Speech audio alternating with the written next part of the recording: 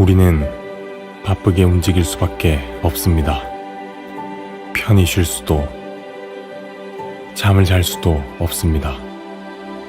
그러나 내일을 함께 꿈꿀 수 있다는 사실 하나는 약속할 수 있습니다. 그래서 우리는 위로가 됩니다. 때론 용기가 되고, 때론 정의가 되기도 합니다. 오늘도 희망을 품고 나아갈 수 있도록 대한민국 국민 모두의 꿈을 지키는 우리는 당신의 벗입니다. 우리 공화당.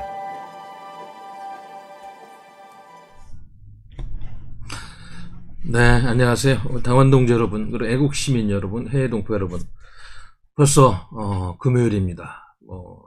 평상시 같으면 불금이라고 해서 금요일날 즐거운 스케줄도 많고 그럴 텐데, 우리 공화당은 오히려 주말이 더 무거운 숙제들이 기다리고 있어요. 토요일날 전국에 동시다발적인 소규모 집회 및 기자회견, 1인 피켓시, 차량 행진 등 많은 일정들이 기다리고 있습니다. 아마 당원동지 여러분들도 마음이 분주하리라는 생각입니다. 가을은 더욱더 깊어가고, 내일이면 정말 10월의 마지막 날이군요. 보니까 계절의 여왕이라는 10월, 5월과 더불어서 10월, 참 대한민국 사계절 중에서 가장 살기 좋은 그런 두 달인데, 하여튼 이제 또 하루 이틀밖에 안 남았네요. 그만큼 시간이 빠릅니다.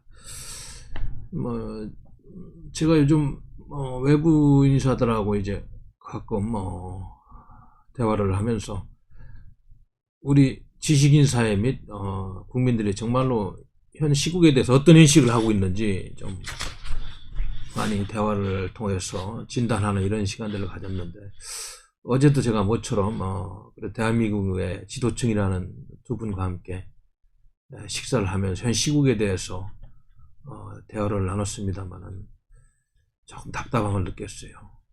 우리 공화당이 생각하는 것처럼 소위 지도층이라는 인사들도 그렇게 심각하게 이 나라가 파괴되고 있다는 것까지는 못 느끼고 있더라고. 걱정들을 많이 하고 있는데, 그래서 지금 이 언론 환경, 있는 그대로 보도하고 정론을 설파하는 그런 언론 환경이라면 아마 국민들께서 훨씬 더 심층적이고 정확한 분석을 할 텐데, 그것이 안 되고 있는 것 같아서 많은 안타까움을 느꼈습니다. 오늘 주제는 이제 좀 무거운 주제입니다. 무거운 주제고, 또 현실적으로 어떻게 보면 대한민국에게 가장 중요한 주제일 수가 있어요. 왜냐하면 이거는 생명권하고 직결이 되기 때문에 우리 국민들의 안전, 생명권과 다른 문제들은 조금 실수하더라도 나중에 다시 손상을 회복한다든지 수정을 해서 할 수 있지만, 이 국민들의 생존권과 관련된 정책은 한번 잘못하면 돌이킬 수가 없습니다. 생명을 한번 손상되면 다시 가져올 수가 없어요. 그렇기 때문에 가장 중요한 주제인데, 역시 조금 긴 시간을 통해 가지고 그 주제도 좀 다루면서 너무나 많은 현안들이 일주일 동안 전개되고 또 전개되고 있기 때문에 주의 주제도 같이 다루면서 한번 우리 당원동지 여러분들과 우리 애국 시민 여러분들 답답한 마음을 한번 같이 고민해보는 그런 시간이 되도록 하겠습니다. 오늘도 제가 방송을 본격적으로 시작하기 전에 시를 하나 좀 낭독하겠습니다. 제가 시집을 몇 권을 훑어봤는데, 그래도 제1시집 당신이 나를 부르면이라는 이 시집에 오늘 좀 하나 좀 소개를 하고 싶은 시를 하나 발견했어요. 이게 제가 2000년도에 출판한 시집이니까, 그때 이 제목이 경복궁에서 이런 시 제목입니다. 그러니까 제가 외교부에 근무할 때, 여기 보니 1998년 5월 달로 기억이 나. 5월 달에 그 경복궁에 가까우니까 아마 오찬 후에 잠시 산책하면서 근정전 앞에서 제가 그걸 보면서 시를 한 써놓은 걸 이제 책 출간할 때 이렇게 담았어요. 그래서 여기 제 책 맨 앞에 이 시집 맨 앞에 이제 그 왜 내가 시집을 이게 내느냐 할 때 나의 실론에 대해서 잠깐 썼는데 이게 제가 뭐라고 소개했냐면 나의 시는 나를 젊게 할 것이며 어떠한 경우에도 나의 소신에서 비껴서지 않는 에너지가 될 것이다. 이러한 의미에서 나의 시는 나의 잠재력이며 나를 제한한 구속이며 동시에 나를 지켜주는 절대 중심이 사상이 될 것이다. 뭐 그렇기 때문에 제가 강한 애국심을 가지고 많은 어려움에도 불구하고 좌고우면하지 않고 손은 버리고 대를 생각하면서 이렇게 보수우파의 이념적인 지표를 갖고 가고 있지 않나 이런 생각을 해봅니다. 뭐 조금 주제넘게 저를 뭐 과대평가하는 것이 아닌가 싶습니다만은. 그래서 하여튼 그때 제가 일시집 30페이지에 있는 경복궁에서라는 시를 먼저 낭독하면서 오늘 방송을 시작하겠습니다. 경복궁에서 그릇된 권위와 위선의 무서움도 노래하리다. 5월에 실록풍이 권력풍으로 다가오니 인도네시아의 수하루토 하야가 가져온 바람인가? 경복궁 근정전 역사의 뒤안길에서 묻히고 갇힌 채 숨쉬고 있는 민초들의 영혼들이여.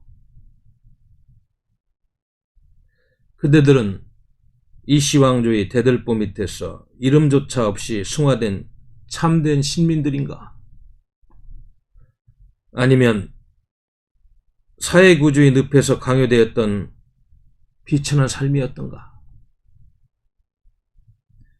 칼 만하임의 사회구조적 의식구조 생성론도 마크스의 계급적 의식 생성론도 모른 채 그대들의 고달픈 현실을 노래했던 그 땀과 눈물이 98년 5월에 실록으로 환생하여 숨쉬고 있으니 정녕 헛된 삶은 아니었을지라도 그릇된 관념이 빚어낸 인류 역사의 기록들, 민주가 참된 그대들의 넋에 스며들 때 그대들의 진정한 삶의 숨결이 현대의 TV 사곡 속으로 다시 그려질 때 그릇된 권위와 위선의 무서움도 새롭게 다시 새로운 노래로 부르리라. 이런 시였습니다.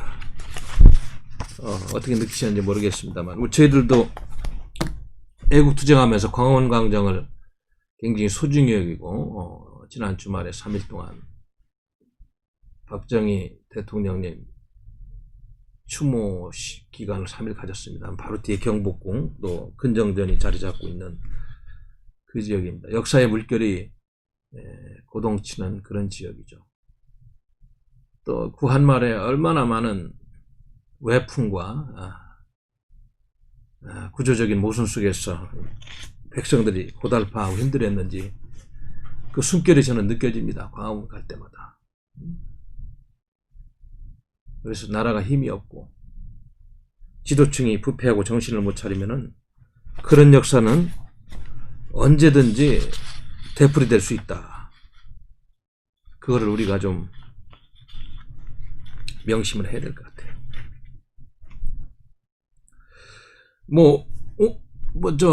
본격적인 주한미군 감축론 전에 중요한 현안을 먼저 좀 진단해 드릴게요. 왜냐하면 하도 지금 여러분들 심란하게 하는 일들이 많죠. 오늘도 보니까 언론에서 계속 지금 추미애 씨에 대한 일반 검사들의 그 반발이 계속 지금 확산되고 있다. 그래서 이제 160명이 넘었다. 카밍아웃. 나는 추미애가 이야기하는 인사권, 수사지휘권, 검찰권 등 3권을 남발하는 행위가 검찰 개혁을 위한 것이 아니고 주사파 권력을 위한 검찰 사유화 및 정치적 도구로 이용되고 있다는 일반 검사들의 그런 반발이 이제 거세지고 있습니다. 그래서 이젠 160명이 넘었었다. 이제 계속 넘었을 텐데, 이것을 보면은 추미애 법무부 장관이 한 줌도 안 내는 그런 권력을 마치 세상이나 얻은 것처럼 검찰의 칼을 이렇게 휘두르고 있는데 얼마나 하겠어요? 바로 여기서도 대한민국의 삼권 분립이 무너져 있다는 것을 여러분들이 느낄 수 있을 것입니다.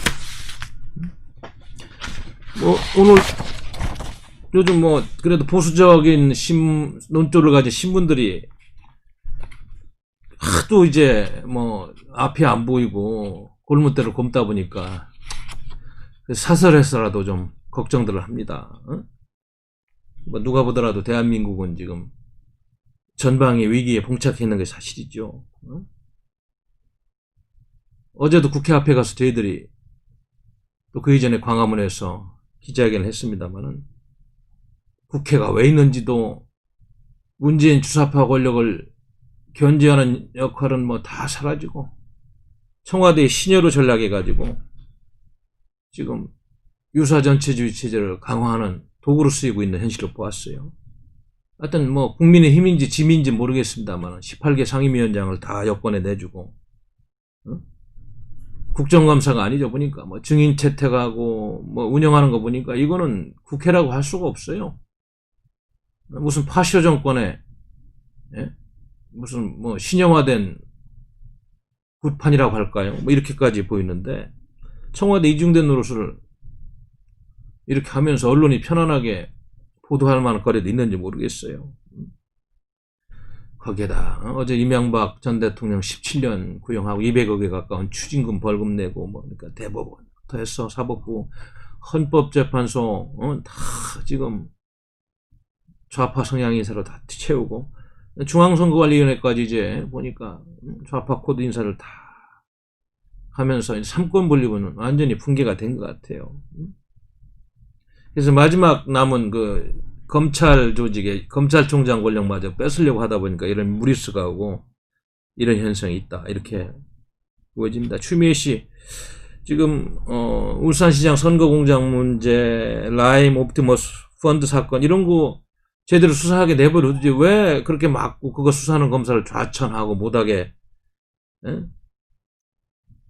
검찰 조직 여기저기 옮기게 하고 이러는지 아주 참 기가 막히다는 것이 이 사법부와 변호 업무를 하는 그런 법조인들의 의견 아닙니까? 그러니까 검사들이 이제 참다 못해서 마지막 단계까지 온 것 같아요. 그래서 범란이라고까지 지금 표현하고 있는데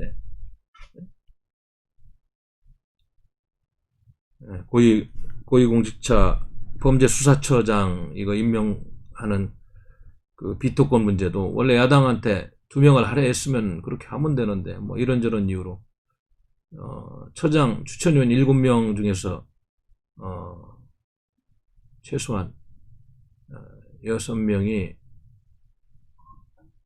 2명이 반대하면은 6명이 찬성을 해야 되는데 2명이 반대하면 그 여권에서 선호하는 좌파 인사 처장의 코드 인사 임명 못하니까 그것마저 무력화시키려고 하고 그러니까 표현과 양심의 자유까지 지금 다 빼앗고 있는 좀 5.18을 성역화하고 보상하는 것까지는 많은 국민들은 그럴 수 있다고 생각했는데 이제 거기에 대해서 언급을 하면 처벌을 한다니까 그런 문제까지도 지금 나와 있고 예산도 알다시피 원래는 올해 예산이 512조 3천억이었는데 이런저런 추경 예산 해가지고 코로나 핑계 대서 재정적으로 너무나 확장되다 보니까 이제 555조 8천억까지 이르렀다.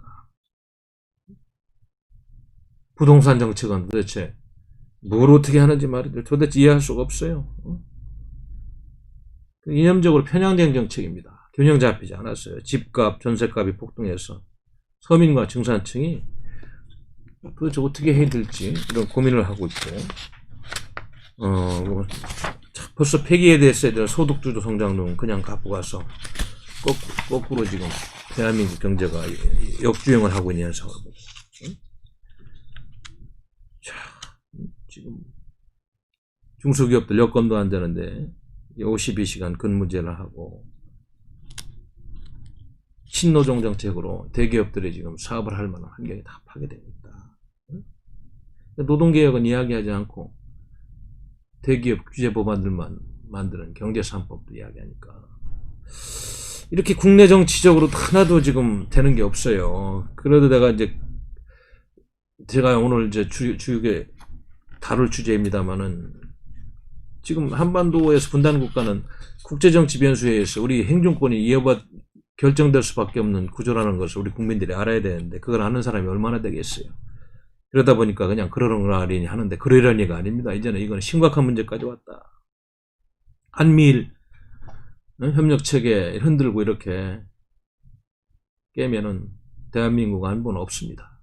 중국 공산당하고 지내서 발톱에 때만큼도 안 여길 텐데 속국처럼 이렇게 여길 텐데 뭐 권위주의적인 중국 공산당 체제 이념에 맞춰서 대한민국이 산다는 것이 그게 상상이나 할 수 있어요? 참 이 정권 핵심 인사들 사고가 너무 한심하고 알면서 그러는 건지 몰라서 무식해서 그러는 건지 아니면 정말 북한 체제가 좋고 중국 공산당 체제가 좋아서 그렇게 산다는 거지. 예?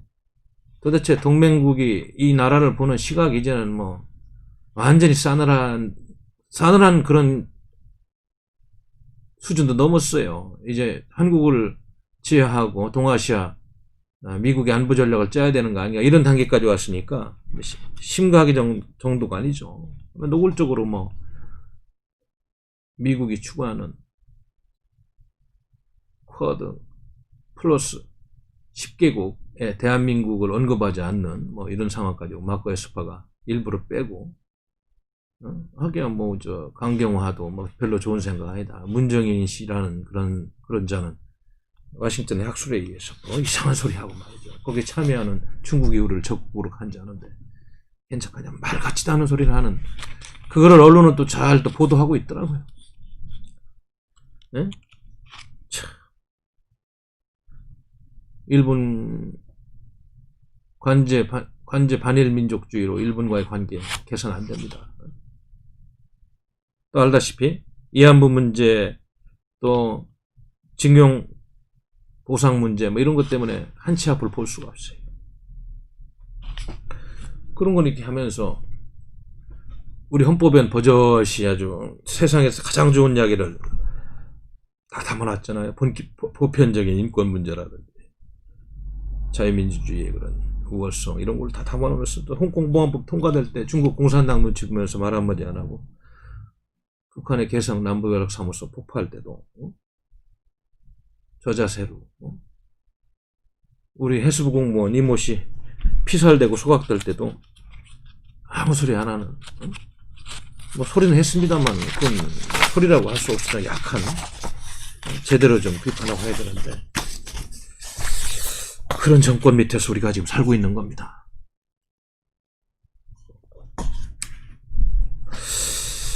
하여튼 지난주에는 이주천 우리 애국정책 전략연구원장님하고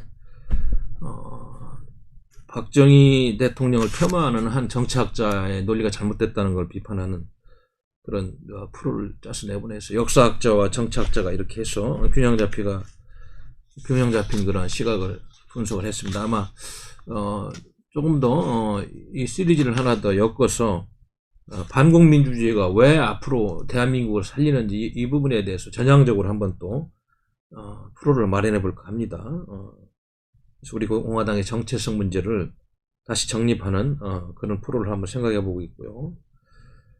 지금 우리 당은 이렇게 지금 연일 힘든 보수 적자의 역할을 하느라고 원내 의석도 없는데 목소리를 내느라고 이렇게 하고 있습니다. 그렇지만 이거는 역사의 기록으로 다 남기 때문에 우리가 지금 당장 효과가 없다고 해서 절대 포기하거나 축소하면 안 됩니다. 우리 대한민국이 살아있고 보수 정신이 살아있다는 것을 보여줘야 되겠다. 그래서 지금 여기저기서 지속되고 있는 이런 아주 반헌법적이고 반민주적이고 반국민적인 행태들에 대해서 계속 비판을 해야 됩니다. 더군다나 이제 11월 달에 핫한 이슈가 이제 공수처법 개정 문제 이런 걸 가지고 지금 심하게 야가 있는지 모르겠습니다만 국민이 힘을 받아서 뭐 저지할 것 같지 않은데 국민이 짐이 되든 뭐든 되든 목소리를 내야 될 텐데 공수처법 정국이 또 올 것 같고 또 미국 대선이 지금 11월 3일 날 종결되면은 이제 어떻게 결과가 나올지 이 부분이라도 아주 첨예한 문제로 지금 다가오고 있다. 이런 말씀 드리겠어요. 그저 요즘 많은 우리 국민들께서 국민의 힘이 아니고 제도권 야당을 국민의 짐이라고 이야기하더라고요. 그래서 야당 무용론을 얘기하고 있습니다. 장애투쟁을 뭐 그렇게 겁내하고 어떤 또 신문의 한 기자는 그걸 정치적 배임이 아닌가, 야당 역할을 못하니까 이중대 역할만 하니까. 그래서 국민의힘이 추구하는 보수적인 가치가 뭔지도 지금 헷갈리고 말이죠. 보수가 아닌 국회에는 보수가 없는 거예요. 제도권 내에서 개의주의자들만 득실득실거리고 과도한 이념 세력에 포로가 된 권력의 시녀들만 있다 이렇게 보면 되지 않겠어요? 국민의힘 이전 정당들이 선거에서 이미 4연패를 했는데 내년 보궐선거에서도 뭐 이 상태로 가면 무슨 동력으로 뭐 선거를 만들겠나 이런 국민들이 걱정들이 많이 있죠. 또 더군다나 개헌정국에서 어떤 역할을 할 것인지. 그래서 보수는 앞으로 어떤 역할을 해야 되는지, 이 의석을 103석이나 갖고 있는 당이 저렇게 무기력하니까 참 어려운 정국이 계속되고 있다는 얘기 드리겠어요. 뭐 국정감사 이번처럼 이렇게 국회가 경시되고 주사파 권력이 야당의 의견을 짓밟는 그런 국정감사도 저는 보질 못했습니다. 그 대표적인 예가 청와대 감사하는 국회 운영위원회, 원래는 그 청와대 주요 인사들 불러서 국정감사를 하게 돼 있었는데 뭐 서훈 안보실장이나 뭐 김종호 유현상 뭐 이런 인사 등 7명 경호처장하고 뭐 7명 이렇게 출석해서 원래 중요한 현안에 대해서 질의를 해야 되는데 거기 보면 이제 청와대 행정관이 펀드 사기 사건에 연루돼 있다든지 그 공무원 피살 사건 때 어떻게 청와대에서 대처했다든지 한미동맹에 대해서 코드 문제는 이런 것에 대해서 왜 아직도 미적거리고 있는지 이런 걸 중요한 것들을 청와대 핵심 부서 사람들을 데리고 좀 질문해야 되는데 갑자기 참석할 수 없다고 그래서 그 중요한 국정감사가 그냥 권력자의 눈치 보면서 연기되는 이런 현상이 있어요.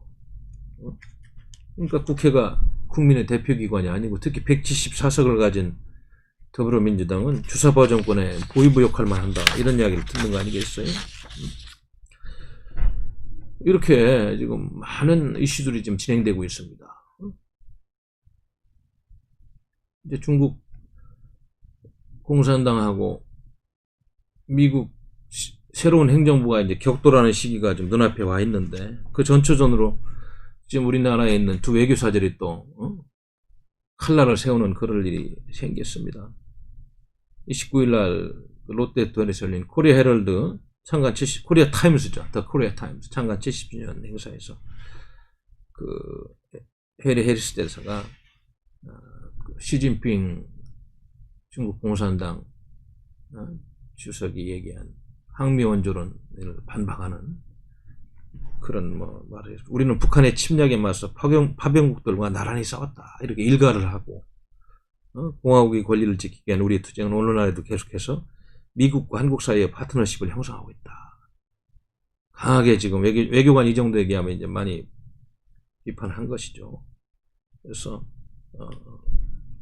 피로써 형성된 한미동맹의 풍부하고 강렬한 역사를 되돌아보면 뭐 중요한 계기가 됐다. 뭐 이런 말씀하는데 이게 뭐 여기 항미원조 전쟁을 합류하는 그 중국 대사도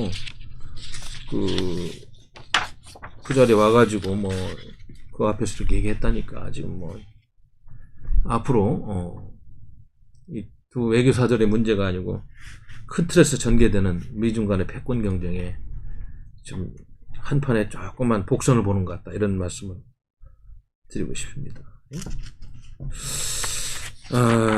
참 또 한 가지 좀 재밌는 이슈 중에 하나가 여러분도 알다시피 WTO 사무총장 선출 문제를 가지고 연일 지금 문재인 정부가 많은 기사를 내보내고 있어요.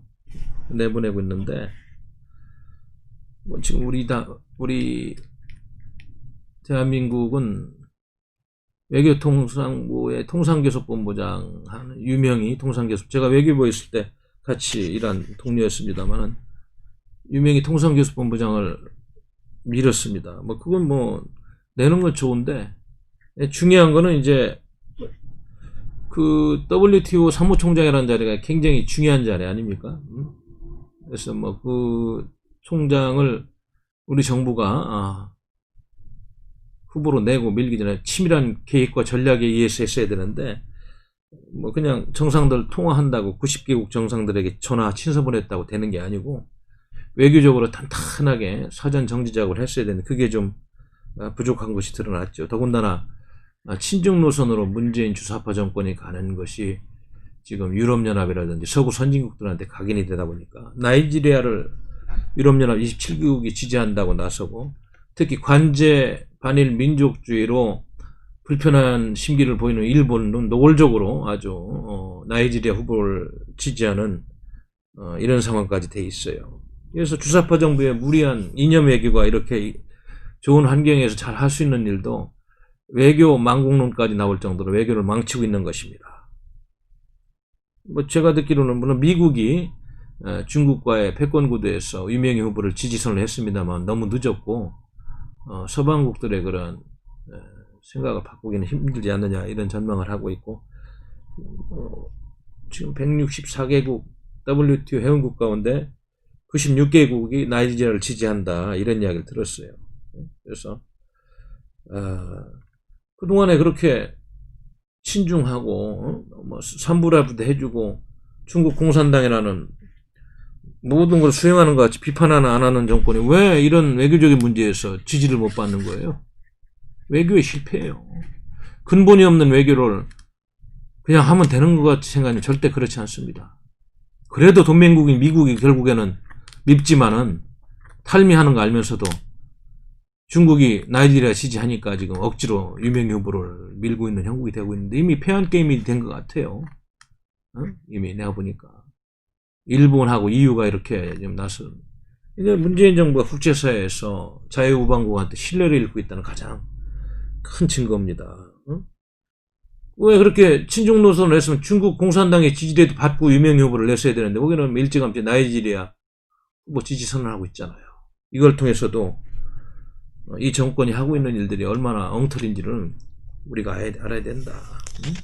아까도 얘기했습니다만은 뭐 5.18을 뭐 성역화하고 역사적인 해석을 하는 거는 훗날 다시 한번 할 수 있는 게 있겠습니다만 뭐 5.18에 대해서 비방하는 역사 왜곡 처벌법을 지금 더불어민주당에서 좀 밀어붙이고 있다는데 이 부분은 이제 헌법상의 기본권을 침해하는 그런 독소 조항이 많고 기존의 형법에서 명예훼손 부분을 처벌할 수 있는 조항이 있는데도 이렇게 옥상옥으로 또 만들어야 되는지 이미 20대 국회에서 이 법안은 위헌 논란으로 폐지된 법안인데 지금 다시 이렇게 하고 있는 그런 법안이다. 그래서 예술, 학문, 보도 행위도 처벌 대상으로 이렇게 하고 있는데 이건 양심과 표현의 자유에 반하는 그런 법안이 아닌가. 그래서 많은 걱정들을 하고 있습니다. 그래서 이 부분은 우리 국민들도 아마 좀 관심을 가져야 될 것 같아요. 왜냐하면 아주 기본적인 그런 국민의 인권 문제와 관련이 되기 때문에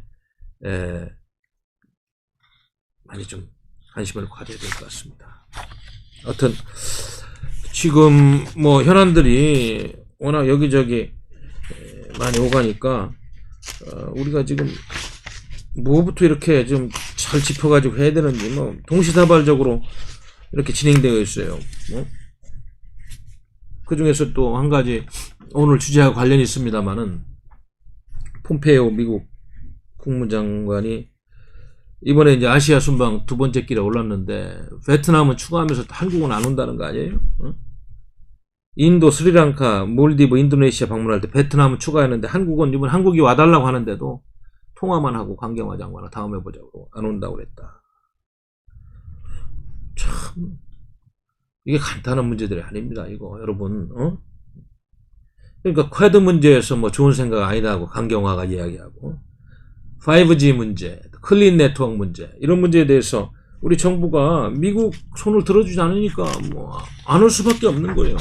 제가 알기로는 이태호 외교부 2차관 경제 문제를 담당한 차관하고 미국 국무부의 경제 담당 부차관 차관본가 내 이름을 잊어먹었는데 뭐 회담할 때도 이런 문제에 대해서 미국이 요청했는데 뭐 이렇게 협조하겠다는 얘기 안 하고 하니까 이런 기가 막힌 일들이 생기고 있는 겁니다. 여러분도 그걸 아셔야 돼요.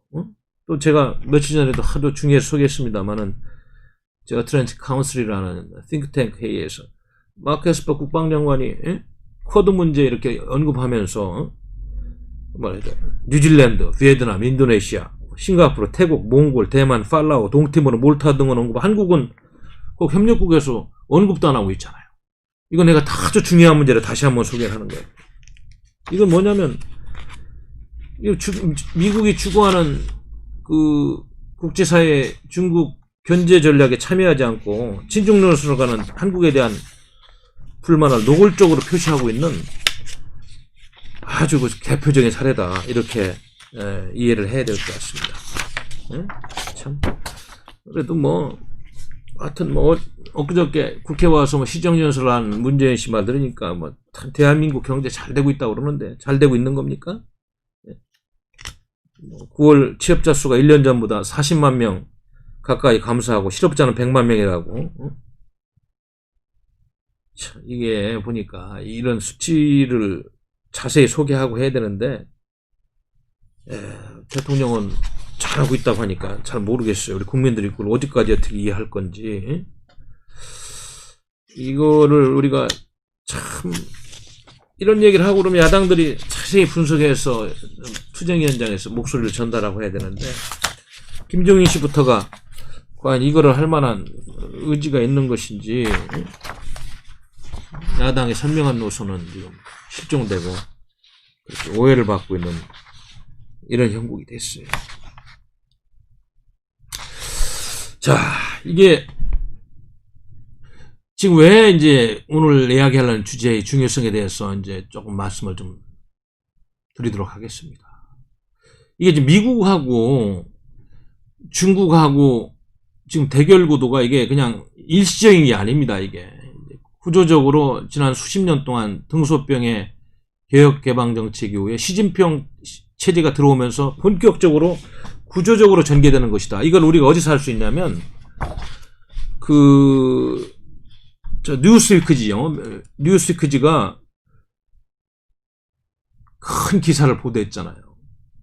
그 뭐냐면 She's secret plans to subvert America 그래가지고 미국을 전복하기 위한 시진핑의 비밀 계획이라는 그런 지하에 커버 스토리에서부터 해가지고 심층 분석 기사를 냈어요.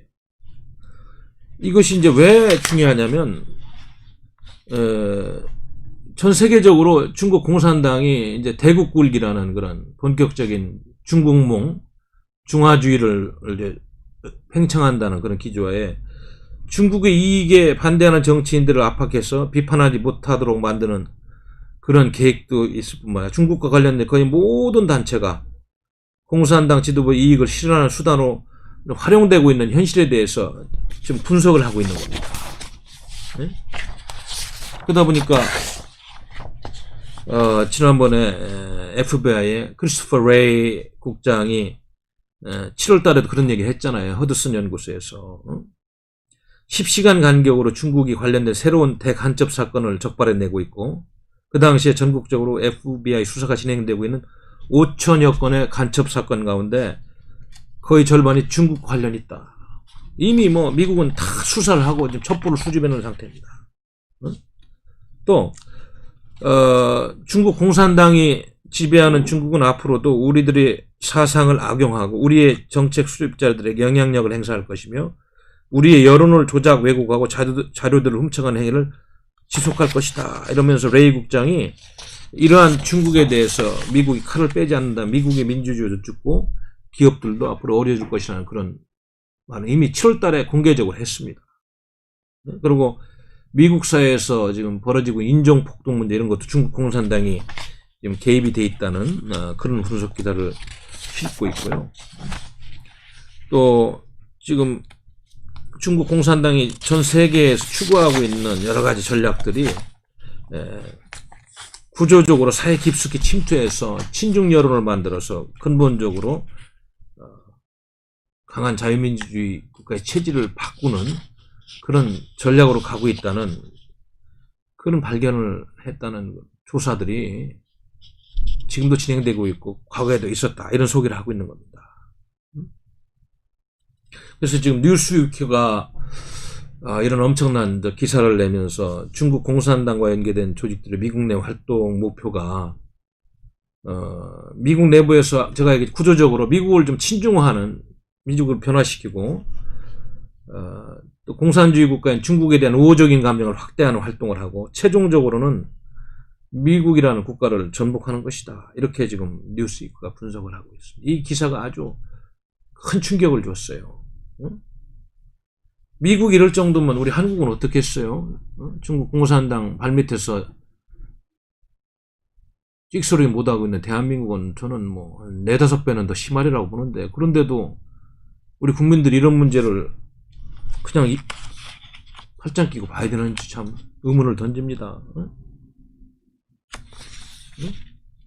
그래서 지금 특히나 지난번에 문재인 씨가 중국 가가지고 혼밥 먹고 이런 것들이 다 이런 거 관계에 있는 거 아니겠어요? 길들이기고 얼마나 우리를 폄하했으면 그런지 한번 생각을 해봐야 될 것 같아요. 그러니까 이런 친중 조직들이 지금 SNS 계정을 활용해서 미국의 정치사회 시스템을 비난하고 미국의 코로나19 방역이 잘못됐다고 비난하고 지금 대선 전에까지 뛰어들면서 트럼프 대통령에 대한 개인적인 문제들, 스캔들을 확대 재생된 등을 집중적으로 이렇게 퍼나르면서 하고 있다. 이런 분석을 내놓고 있는 겁니다. 그래서 하여튼 뭐 여러 가지 이야기가 있습니다만은 중국이 의도하는 바대로 미국을 끌고 가겠다. 러시아는 뭐 사사건건 그러진 않아요. 러시아는 뭐 건별로 이렇게 대립을 하고 쿠바 미사일 위기라든지 냉전 체제 속에서 이렇게 해서 중국은 아주 근본적으로 문화적인 영역까지 침투해가지고 깊숙한 그런 스파이 공작을 하고 있다. 이것이 지금 뉴스위크 분석 기사가 내놓은 겁니다. 또 그래서 선거를 앞두고 트럼프 정부에 대한 비난을 많이 하고 홍콩 문제나 틱톡 등에 대한 백악관의 치안 조치들을 비판하고 코로나 방역 문제에 대해서 미국이 실패하고 있다는 여론을 띄우고 미국 사회를 흔드는 배후에 중국 공산당, 특히 통일선전부라는 중국의 공산당 조직이 있다는 그런 조사 결과를 발표했잖아요. 특히 우리가 흔히 접하는 중국 공산당의 기관지인 환구시보도 인민일보의 자매지죠. 아들 같은 뭐라고 민주당의 바이든 후보가 당선돼야 중국이 미국을 다루기가 훨씬 예측 가능하고 쉬울 것이다. 그래서 바이든 후보가 당선되길 선호하는 여론전을 피고 그렇게 움직이고 있는 것을 암시하는 기사도 냈어요. 중국과의 전쟁을 선포한 트럼프보다는 바이든이 당선되기를 빌었고 아마 문재인 정부도 내가 모르긴 몰라도 이러한 중국 공산당의 공작에 먹혀서 우리 대한민국 언론들이 특히 4.15 총선 이후에 미국 대선 보도할 때 바이든이 유리한 것처럼 보도하는 그런 트렌드가 미국의 정통 보수 언론들이 보도하는 그런 측면보다는 미국의 CNN이나 뉴욕타임스 같은 야권 성향의 보도들을 많이 하는 이유가 이거하고 관련이 있지 않느냐. 저는 그렇게 분석을 합니다.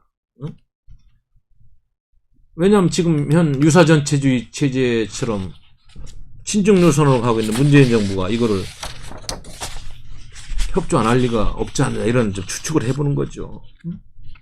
그래서 지금 미국에서는 중국 공산당에 매수되었거나 도움을 받고 있는 정치인들에 대한 조사를 진행하고 있는데 우리 대한민국도 이거 제대로 된 우리 국가정보원이고 헌법을 존중하는 권력이라면 이거 반드시 수사 지금 들어가야 됩니다. 저는 미국보다도 대한민국의 3배, 4배 중국 공산당의 영향력에 로비도 받고 더 광범위하게 침투되어 있고 특히 공제학원이라는 게 말만 공제학원이지 중국 공산당에 첩보활동하는 기관이라고 우리 대한민국에 43곳이 있다고 그러는데 그거 추방하지 않은 시민운동 국민들이 많이 지원을 해야 될 것 같아요. 응? 그래서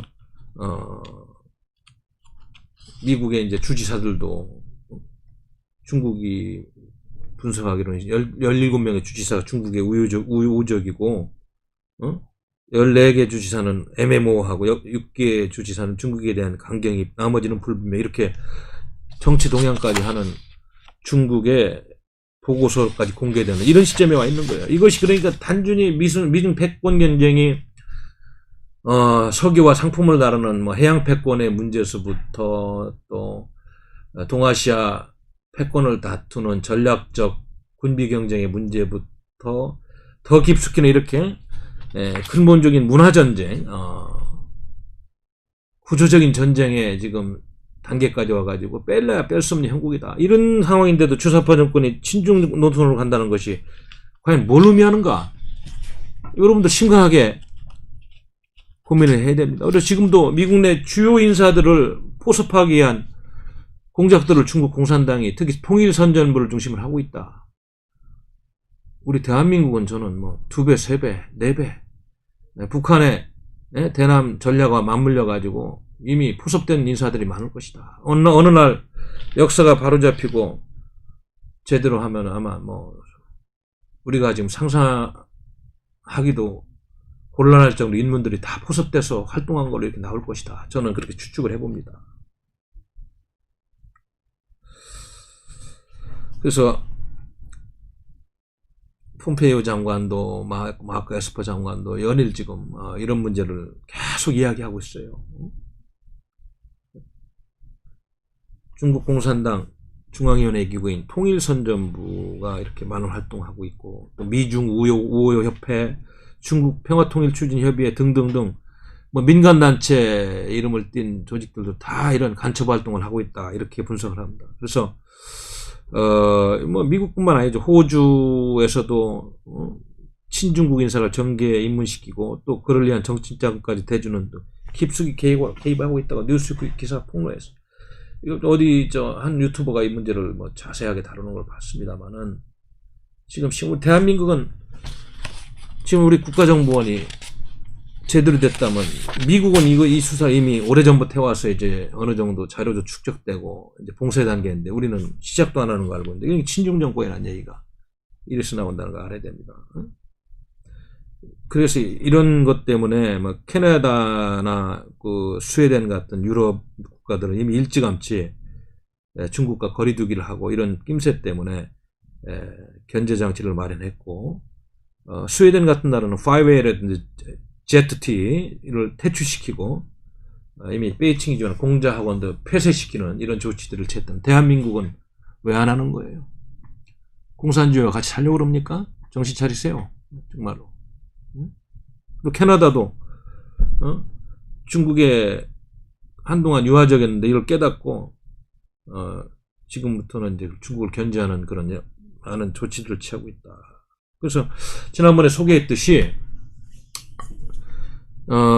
미국이 휴스턴 중국 영사관을 폐쇄한 건 단순히 중국에 대한 보복 조치가 아니라 이렇게 구조적으로 진행 중인 중국의 스파이 활동이 이루어졌고 미국 사회의 혼란 조성, 친중 여론 조성하는 이런 전이대 역할을 하는 아주 뿌리 깊은 중국의 미국 파괴 행위를 견제하는 조치였다. 이렇게 지금 이해를 하셔야 될 것 같습니다.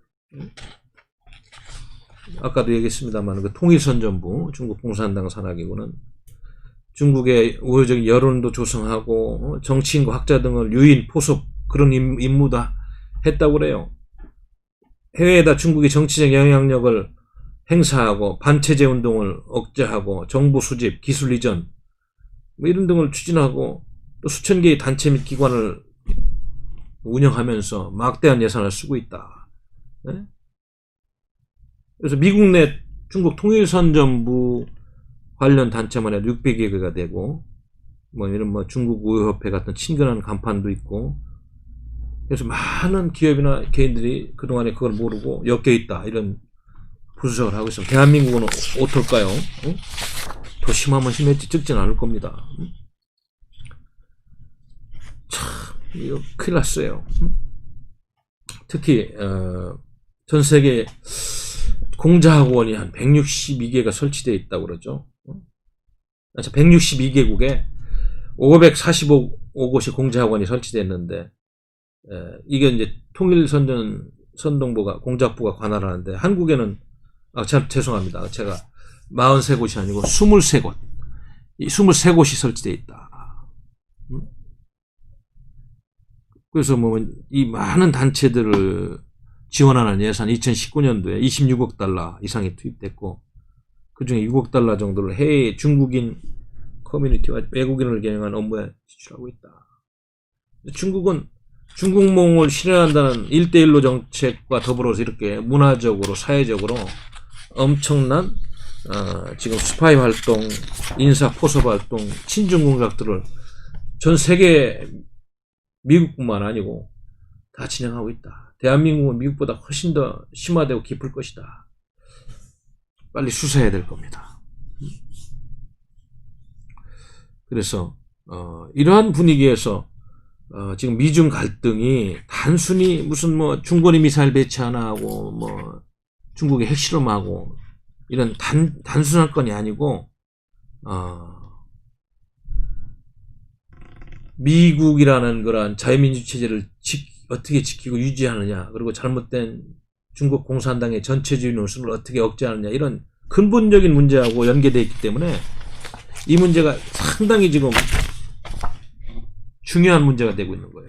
이렇게 좀 보면서 하버드대 그레이엄 앨리슨 교수는 여기까지는 이야기하지 않았습니다만, 아무튼 뭐 세계 전쟁 주기를 이야기하면서 패권에 도전하는 국가의 그런 전쟁 가능성 얘기하면서 지금 미중 간의 갈등 구조를 분석했습니다만, 지금 이런 팩트까지 공개되는 거 보니까 우리가 생각하는 것보다 훨씬 폭이 깊고 넓게 미국과 중국은 대립할 수밖에 없는 이미 여러 가지 요인들이 형성이 돼 있는 겁니다. 그런데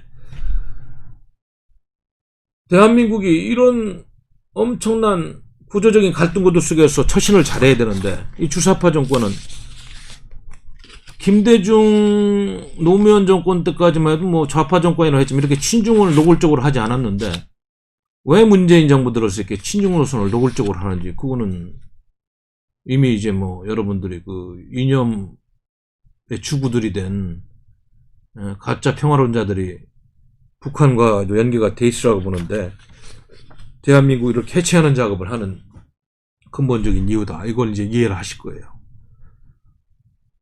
그런데 이런 상황에서 지금 탈미 친중 노선을 계속 하고 있는 대한민국 안보 파괴 행위를 멈추지 않고 있는 거 아니에요? 미국은 이런 거에 대해서 이미 다 CIA나 정보기관들이 오랜 시간 전부터 자료를 수집하고 분석을 하면서 지금 이걸 어떻게 중국을 견제할까 이제 고민하다 나온 것이 아까도 얘기했습니다만, 경제 분야에서 5G라든지 클린 네트워크, 그리고 경제번영 네트워크, EP, 이코노믹 프로스페리티 네트워크, 뭐 이런 거에 미국이 추구하는데 적극적으로 동참하라고 우리 정부를 그동안에 설득하고 했는데, 이 주사파 정권은 좀 그러지 않고 있죠.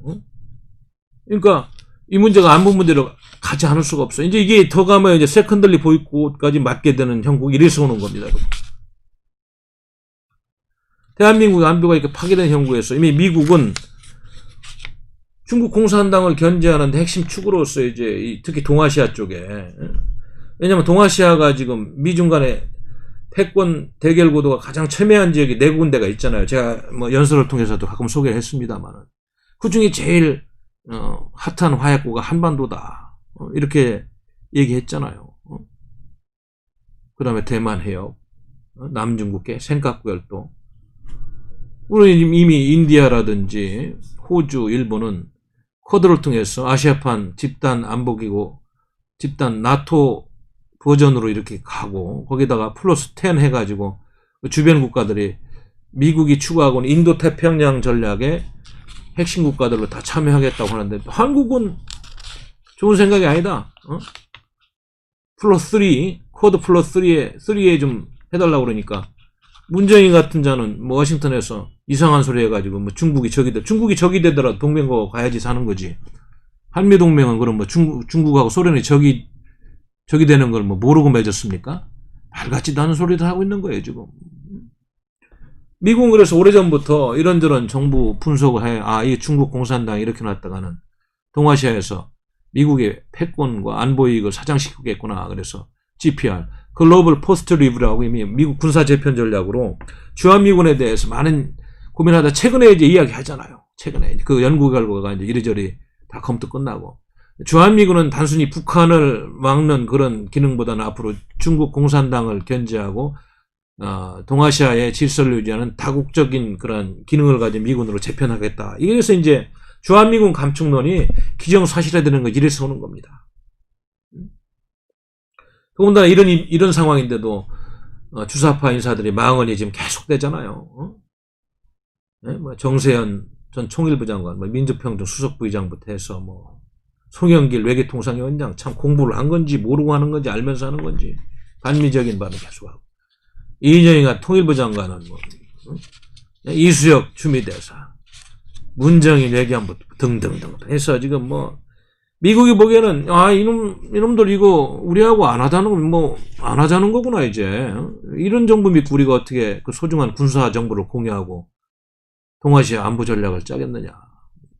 물론 뭐 평택의 미군 기지가 전략적인 가치가 크고 서해상 건너면 중국을 견제하는 중요한 지정학적인 군사적인 이점이 있어서 금방 포기는 안 하겠습니다만 뭐 감축론은 이제 뭐 제가 보기에는 뭐 불가피한 현실이 되지 않을까. 감축이라는 것이 지금도 주한미군의 주력 전투부대들은 다 철수하고 이제 하나 남은 게 휴전선에 있는 한 5천여 명 규모의 여단 규모의 휴전선 한쪽을 책임지고 있는 미군 재배치 부대인데 이게 6월이면 거기 이동한다고 그러는데 뭐 이동하고 나면은 만약에 거기다 순환 배치 안 하면 그것이 뭐 감축인 거고 그러면 실질적으로 주한미군은 전투력은 다 빠지고 육군의 핵심적인 기계화 장비된 첨단 장비를 가진 육군이 다 빠지고 휴전선이 한쪽이 비기돼 인계철선 개념이 이제 없어지고 그것이 주한미군 감축으로 이어지고 뭐 다른 미군들은 행정병력이 많고 물론 공군과 또 뭐 전략 자산을 통한 뭐 전개는 있을 수 있습니다만 이것도 미일 동맹 중심으로 일본 쪽으로 편중되지 한반도에서 배제될 수 있는 그런 확률이 굉장히 커지고 있다. 그런데도 계속 이 정부는 한미 동맹 체제가 균열이 되는데도 반미주의적인 일탈행위를 하고 동맹 체제가 파탄이 올 것을 알면서도 계속 가고 있는 이유가 뭔지 모르겠어요. 특히나 지난번에도 얘기했습니다만 지난번 10월 중순에 Security Consultative Meeting SCA 한미 연례안보회의에서 서우 국방장관하고 마크 에스퍼 국방장관이 전자권 문제로 얼굴을 붉히고 말이죠. 네? 미국이 못 박았잖아요. 미국의 이익이 사장되는데 그걸 줄 리가 있습니까?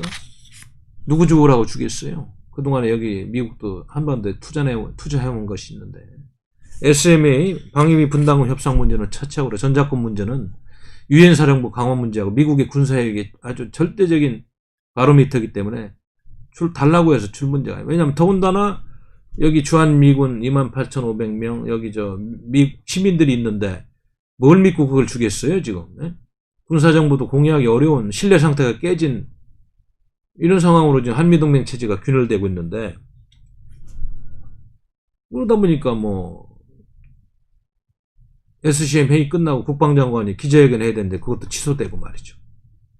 제가 비선 라인을 통해서 들었는데 바로 그때 이제 지난 70년은 미국을 선택했다고 앞으로도 뭐 70년 미국을 선택하라는 법은 없다는 이수혁 대사 그 앞에 연례안보회의 때 배석을 했다고 그래요. 근데 마크 에스퍼 장관이 우회적으로 아주 심하게 비판하니까 이수혁 대사가 얼굴도 못 들었다 이런 이야기도 전에 들었어요. 이것이 지금 우리 대한민국 주사파 정부가 하고 있는 대한민국 파괴 행위입니다, 여러분.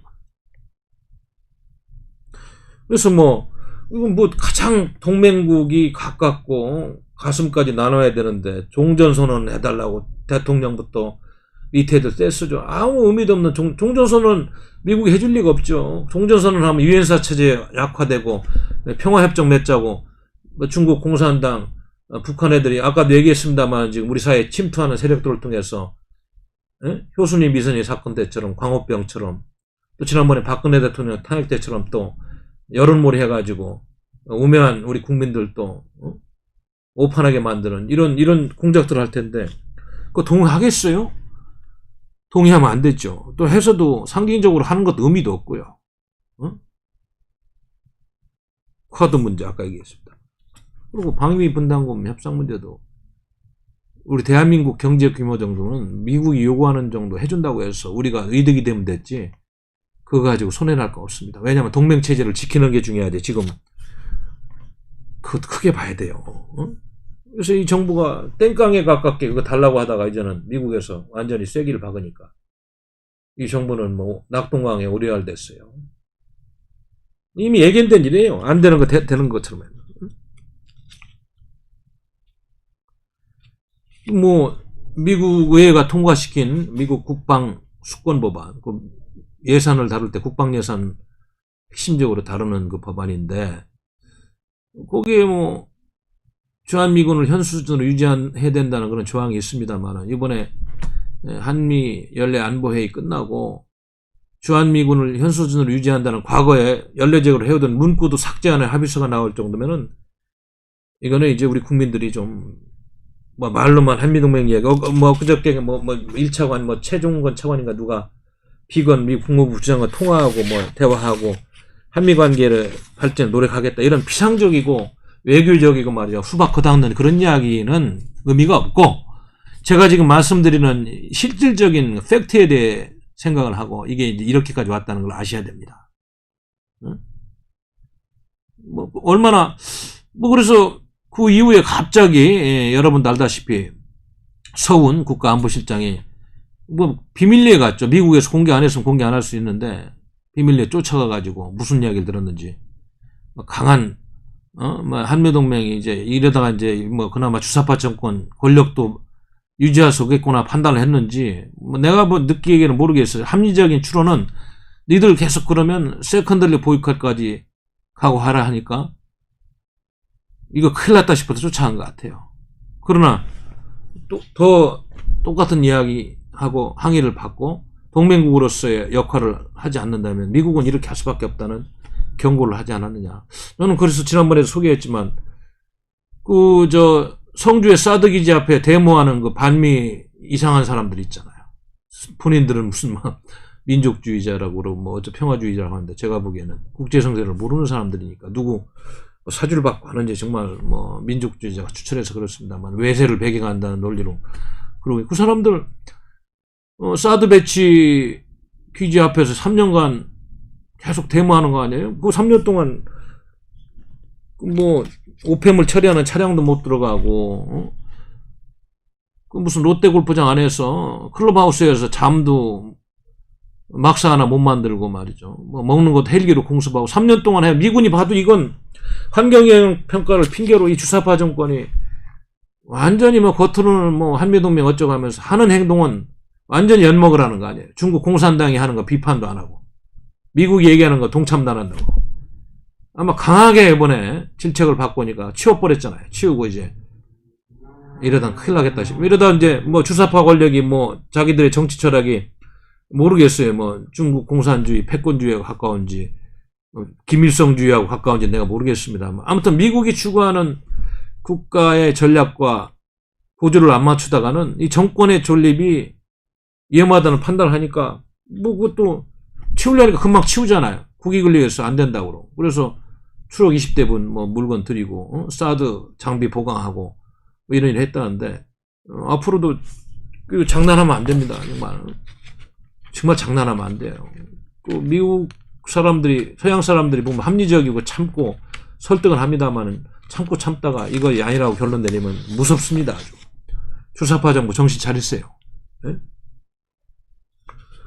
그래서 그 정도의 강한 경고가 있었기 때문에 뭐 산불 협의에 대해서도 그 당시 중국 공산당하고 협의에 참가했던 남관표 주일대사, 그 당시 뭐 청와대 안보실 2차장이었습니까? 나 잘 모르겠습니다만, 또 뭐 장하성 주중대사 뭐라고 그랬어요? 뭐 중국하고 합의한 삼불 합의가 반드시 뭐 약속이라고 국가 간에 지켜야 될 약속이라고 보기에는 이상한 또 소리를 하고, 과거와는 180 틀린 이야기를 하면서 미국이 무슨 이야기를 했는지 주사파 정권한테 중국 공산당이 그동안 했던 이야기와는 또 반대되는 이야기를 하고 있는 이런 형국이에요. 유항에 돌아서려면 대한민국 국민의 생존권을 위해서 주한미군 감축이 북한의 핵 문제가 우리가 원하는 수준으로 해결되기 전까지는 이루어지지 않도록 빨리 전환을 해야 됩니다. 지금도 늦었어요. 지금도 신뢰성이 다 상실됐는데 빨리 전환을 해서 중거리 미사일도 적극적으로 일본 오키나와뿐만 아니라 한반도에도 배치할 수 있는 우리가 적극적으로 검토하겠다. 쿼드에도 대한민국이 플러스3에 참여해서 우리 한미동맹을 더 지키고 한미일 안보 협력 체제를 강화해서 지금 중국 공산당이 추진하고 있는 대국 굴기에 기반한 그런 패권적인 정책을 견제하는 동맹국가가 되겠다는 메시지가 나와야지, 여기서 또 뭐 미국이 강하게 나오니까 조금 후퇴했다가 장난했다가는 정말로 한치 앞을 알 수 없는 한미동맹 체제가 될 것이다. 저는 그런 이야기를 하는 것입니다. 그래서 문재인 주사파 정권은 지금이라도 탈미, 반일, 종북, 친중 노선을 버려야 됩니다. 그야말로 한미동맹 체제 굳건히 기반하고 한미일 안보협력 체제를 강화하면서 중국과는 그냥 협력적인 동반자, 이 정도의 주변 협력국가로 가야지, 친중 탈미를 했다면 큰일 나는 거예요. 더군다나 북한의 지금 핵이 지난번에 육군 보고서는 60개까지 봤습니다만은 브루스 베넷 연구원이 얼마 전에 언론하고 인터뷰에서는 120개까지도 추정되는 현실 속에서 대한민국 5,200만 생존권을 어디서 확보하려고 그래요? 종이 쪽지 하나 가지고 평화가 왔다고 계속 떠들 겁니까? 판문점선언, 9.19 군사합의 다 이거 종이 쪼가리 된 거 알아야 돼요. 지켜지지 않습니다. 휴전선에 말이죠. 초수 없애고 지뢰 없애고 대전차 방어물 없애고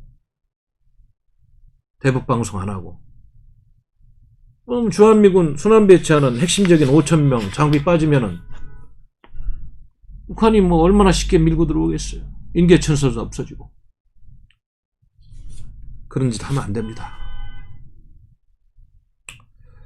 유사전체주의 체제라고 6,200명 대한민국의 사회과학자들, 교수들이 최고의 지향들이 모여서 걱정하는 현실을 우리 국민들이 알아야 돼요.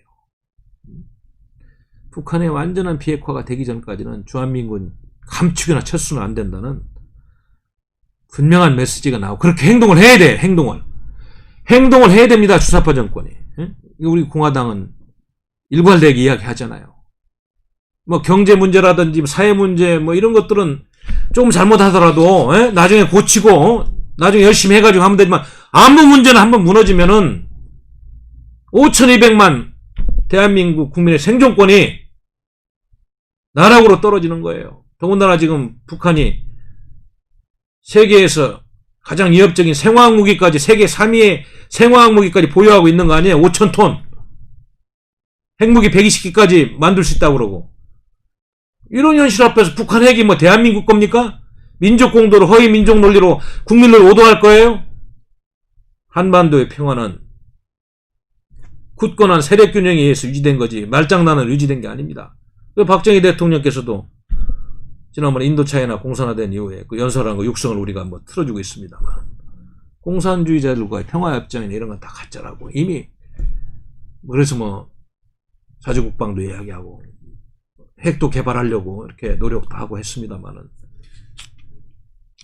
한반도의 평화는 절대로 공산주의자들과의 평화협정이라든지 무슨 평화선언 이런 걸로 이루어지지 않아요. 강력한 억제력과 다자안보 체제와 동맹 체제의 그런 구조적인 방어막으로 이루어지는 겁니다. 그것이 국제정치학자로서 제가 본 현실주의적인 진단이에요. 자꾸 말장난하면 안 돼요.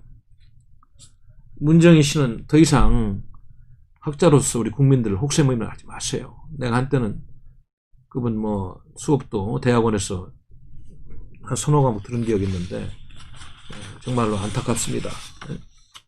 이 냉정한 현실에 대해서 우리 국민들이 한 번이라도 더 알게 하고 깨닫게 해야 되는데 그런 이야기 자꾸 하면은 정말 좀 아이고 이럴 수도 있구나 이런 착각을 할 수 있다는 것을 제가 말씀드리겠습니다. 지금 미국에서는 말이죠. 대선을 앞두고 대선 문제를 분석하면서도 가장 지금 모든 미국의 싱크탱크나 정보기관들이 관심을 두고 지금 하고 있는 얘기가 중국입니다. 중국. 아까 얘기했던 그런 중국을 어떻게 분쇄하고 봉개하고 중국 공산당을 견제해서 제압을 하느냐. 여기에 대한민국이 끼지 않는다면은 우리는 그동안 이루어놓은 경제적인 번영도 아마 다 잃게 될 거고 초라한 중국의 속국으로 전락할 것이다. 저는 그런 말씀을 드리는 거예요. 요즘 하도 연구물이 굉장히 많이 나와요. 제가 다 좀 읽어보고 있는데, 그래서 하루속히 지금 우리 주사파 정권이 중국 공산당의 본질에 대해서 만약에 중국 공산당이 좋으면 그 사람들만 거기 가서 살으면 됩니다. 망명을 하더니 왜 이 착하고 말이죠. 나라를 위해 희생하신 5,200만 순수한 국민들의 번영과 행복 추구까지 뺏으려고 하세요. 중국 공산당 좋아하고 북한 좋아하는 사람들만 그 나라 가서 살으세요. 망명을 해서. 그게 맞지 않아요? 지금 그래서 참 한두 가지가 아니에요. 지금 미일 동맹은 말이죠. 계속 강화되고 군사훈련도 수만 명씩 동원하면서 하고 있는데 주한미국 감축 논의가 지금 되면서 한미연합사는 지금 쪽쟁이만 돼가지고 지난 3년 동안 군사훈련 하나 못하는 이런 현실 아니겠어요. 여기 보니까 미군과 46,000명의 병력을 동원해서 킨소워드 연합훈련을 센카쿠 열도를 비롯해 오키나와 인근 해역에서 한다는 거 아니에요. 이번 훈련에는 일본 자위대가 병력 37,000명, 함정 20척, 항공기 170대, 미군은 제7함대와 주일미군, 육군 해병대 9,000명을 각각 참가시킨다. 캐나다 해군도 함정 1척을 보낸다. 아니 이렇게 지금 미일 동맹은 강화되고 중국 공산당을 견제하는 전략으로 대한민국은 무슨 배짱으로 이러는 거예요. 껍데기뿐인 한미연합사를 그만두고 전자권 해달라고 떼쓰고 말해 종전선언 해달라고 그러고 도대체 아무런 실익이 없는 주사파들의 말장난에 불과한 거예요. 이 정치들이라든지 이 선거가 이렇게 한번 망쳐놓으면 나라가 하루아침에 이렇게 되는 걸 국민들이 아셔야 되는 겁니다. 응? 이거 보면 일본은 다 적극 환영하는 거예요. 왜냐하면 한반도에 투입되는 전략자산들 일본에 갖다 놓으면 일본의 국익에 도움이 됩니다. 그리고 자위대도 더 키워가지고 군사강국으로 갈 수 있는 토전도 마련되고 말이죠. 응? 이번 육상자위대하고 해상자위대가 함께하는 최대 규모의 훈련이다. 일본은 대중국 공산당 봉쇄작전에 적극 참여하겠다는 메시지로 지금 수가 내각이 온 다음도 조금의 흔들림이 없어요. 문재인 주사파 정권의 문제인 겁니다. 그래서 인디아도 마찬가지예요.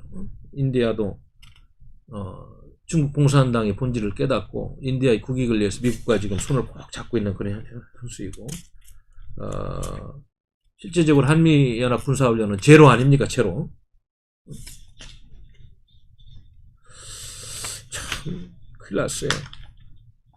그래서 제가 들어도 올해만 들어서 미일 그 해상훈련만 7차례 지난 8월 17일에는 이례적으로 미국 B-1B 전략폭격기 4대, B-2 스텔스 폭격기 2대 등 6대가 일본 근해를 비행하면서 대규모 연합훈련을 했고 또 통중국해에서 공중해상 실기동 연합훈련도 하는 등등 미국의 비환 전략 폭격기, F-35의 스텔스 전투기, 공중경보 통제기, 어왁스, 로널드 레이건 핵추진 항공모함 등 주재 총 출동하는 대규모 훈련을 하는데 한미연합사는 제로예요, 제로. 주사파 정부가 원치 않는 거예요. 누가 그럼 중국 공산당이 원치 않고 북한이 원치 않으니까 원치 않는 거 뭐예요 지금? 응? 우리 한국은 뭐라더라? 코로나를 핑계로 안 한다. 참 일본은 코로나 핑계대고 군사훈련 안 한다는 거 들어봤어요? 응? 다국전 훈련을 적극적으로 하고 있는 거예요. 거의 매달 하고 있잖아요. 미일동맹 체제 강화하기 위해서 군사훈련, 해상훈련은. 한국은 도대체 뭘 하는 건지 모르겠어요. 응? 오죽 했으면 로버트 에이브람스 주한미군 사령관이 말이죠. 이게 동맹이 아니다. 군사훈련도 안 하는 게 무슨 동맹국가냐고까지 이렇게 폄하를 했겠어요. 응? 북한 눈치 그만 봐야 돼요. 주사파 정권. 중국 공산당 눈치 그만 봐야 돼요. 우리 국방력은 완전히 지금 쇠락해가지고 전투훈련이 안 되는 군대가 무슨 전투력이 있겠어요. 유사시에. 제가 말씀드렸잖아요. 미국과 중국은 구조적으로 부딪힐 수밖에 없고 오랜 기간 평화가 오다 보니까 이제는 한판 화해구가 될 그런 시기에 오는데 가장 확률이 많은 곳이 한반도다. 이런 군대 가지고 뭔 전쟁을 하겠다는 얘기예요. 국민의 생명권을 지킬 군대가 없는 겁니다. 주사파 정권 정신 차려야 되는 거 아니에요? 이런 와중에서 말이죠. 이 중차대한 시점에 국방장관이라는 작자, 합참의장이라는 작자가 주사파 심부름을 하도 유분수수지 제복입은 국방부의 권위를 미국 가가지고 말이야 전작권이나 달라고 그러고 한미동맹 해체하자는 얘기지 뭐 하는 거야 이게 지금. 그런 능력이 되지 않잖아요. 북한 핵을 막을 능력도 안 되고 정보 수집 능력도 안 되고 중국 공산당이 바람 불면 날아갈 대한민국인데 미국 없이 뭘 하겠다는 거야. 아이고 참. 그래서 빨리 대한민국이 군대가 정신 차리고 미국이 추구하는 인도태평양 전략의 한 축으로 더 깊숙이 들어가야 된다. 응? 주한미군이 감축이 이루어지면 안 됩니다. 반대해야 됩니다. 근데 이 정부는 그냥 방관하고 있어요. 하라는 듯이 가만히 있는 거지. 그것이 문제인 것이다. 응? 그래서 앞으로 우리 국민들이 이러한 점을 명확하게 알고 왜 지금 대한민국이 위기고 경제 문제, 정치, 사회 모든 영역에서 사법 문제, 교육 문제, 역사 교육 문제 왜 이렇게 됐는지 다 반성해야 됩니다. 남 탓할 때 아니에요 지금. 다 구조적으로 몰러가게 됐어. 대한민국 국가 가라앉고 있습니다. 제가 보기엔. 재산권 지킨다고요? 나라가 있어야지 재산권도 지키고 아파트값 30억 50억 하는 거 재산으로 의미가 있는 거죠. 이렇게 추락하면은 이러다가 한미동맹 결렬하고 세컨들리 보이콧 맞고 증권시장 붕괴되고 하면 아파트값이 30억 50억 가겠어요? 3억도 안 할 텐데 왜 그걸 모르는지 모르겠어요. 우리 국민들이. 나라 망하는 거 쉽습니다. 건설하는 거 100년 걸려도. 존경하고 사랑하는 당원 동지 여러분, 애국 시민 여러분, 그리고 해외 동포 여러분. 이제 더 이상 자꾸 안 된다는 얘기 하는 것도 징그러워요. 물러설 것도 없어요. 제가 보기에는. 정말 이순신 장군님이 이야기하는 것처럼 사직생의 정신으로 하지 않는다면 이 나라를 구할 수가 없습니다. 그것이 오늘 저 방송의 조그만 결론이고요. 저 스스로도 더 열심히 노력하는 지식인이 되겠습니다만은 정말 요즘 같으면 많은 한계를 느낍니다. 정신적으로도 피로도도 있고. 그러나 하여튼 제가 할 수 있는 것은 해보겠습니다. 우리 공화당도 더 많은 그런 전략과 또 아이디어를 가지고 이 나라를 반석 위에 올리는데 더 많은 역할을 할 수 있도록 저도 노력하겠습니다. 여러분 오늘 방송 마치겠습니다. 감사합니다. 우리는 바쁘게 움직일 수밖에 없습니다. 편히 쉴 수도, 잠을 잘 수도 없습니다. 그러나 내일을 함께 꿈꿀 수 있다는 사실 하나는 약속할 수 있습니다. 그래서 우리는 위로가 됩니다. 때론 용기가 되고 때론 정의가 되기도 합니다. 오늘도 희망을 품고 나아갈 수 있도록 대한민국 국민 모두의 꿈을 지키는 우리는 당신의 벗입니다. 우리 공화당